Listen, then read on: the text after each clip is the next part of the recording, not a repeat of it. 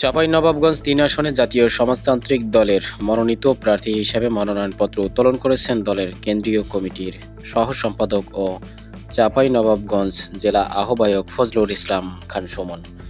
২২ December সোমবার দুপুর ১২ ঘটিকায় চাঁপাইনবাবগঞ্জ জেলা প্রশাসক কার্যালয়ে রিটার্নিং কর্মকর্তা ও জেলা প্রশাসক মোহাম্মদ শাহাদাত হোসেন মাসুদের নিকট থেকে তিনি এ মনোনয়নপত্র সংগ্রহ করেন। এ সময় জেএসডির জেলা কমিটির যুগ্ম আহ্বায়ক শফিকুল ইসলাম ও এবাদত হোসেন সাহেব, জেএসডির নির্বাহী সদস্য আলী নয়ন ও আমিনুল ইসলাম এছাড়াও জেএসডির অসংখ্য নেতাকর্মী উপস্থিত ছিলেন। মনোনয়নপত্র উত্তোলনের পর ফজলুল ইসলাম খান সুমন সাংবাদিকদের বলেন, চাঁপাইনবাবগঞ্জ ৩ আসনের জনগণের দীর্ঘদিনের বঞ্চনা দূর করতে এবং একটি কল্যাণমূলক ও দুর্নীতিমুক্ত সমাজ গঠনের লক্ষ্যে তিনি নির্বাচনে অংশগ্রহণ করতে আগ্রহী হয়েছেন। জনগণের সমর্থন পেলে এলাকার সার্বিক উন্নয়নে কাজ করার অঙ্গীকারও করেন তিনি আরও বলেন, আসন্ন জাতীয় সংসদ নির্বাচনকে সামনে রেখে চাঁপাইনবাবগঞ্জ ৩ আসনে বিভিন্ন রাজনৈতিক দলের প্রার্থীদের মনোনয়ন কার্যক্রমে নির্বাচনীয় পরিবেশ ক্রমেই সরব হয়ে উঠছে।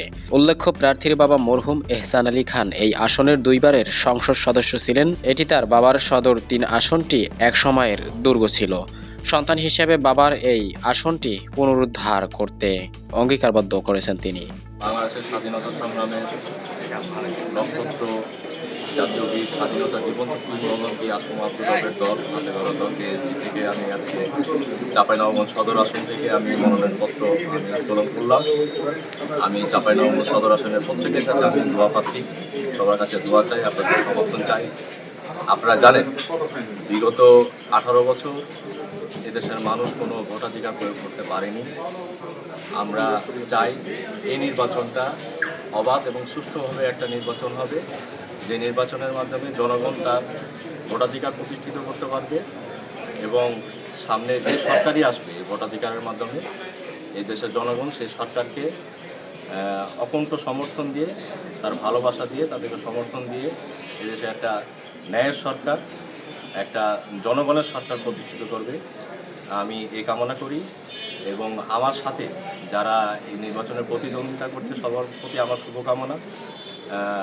আমরা চাই একটা অবাধ সুষ্ঠু নিরপেক্ষ একটা নির্বাচনের মাধ্যমে, যে নির্বাচনে সবাই থাকবে, সব দল এখানে অংশগ্রহণ করুক, আমরা সেটা চাই, সেটা প্রত্যাশা করি। আমার দলের নেতা জনাব আসম আব্দুর রব, আমরা সেই দলের কর্মী, আমরা আসম আব্দুর রবের কর্মী।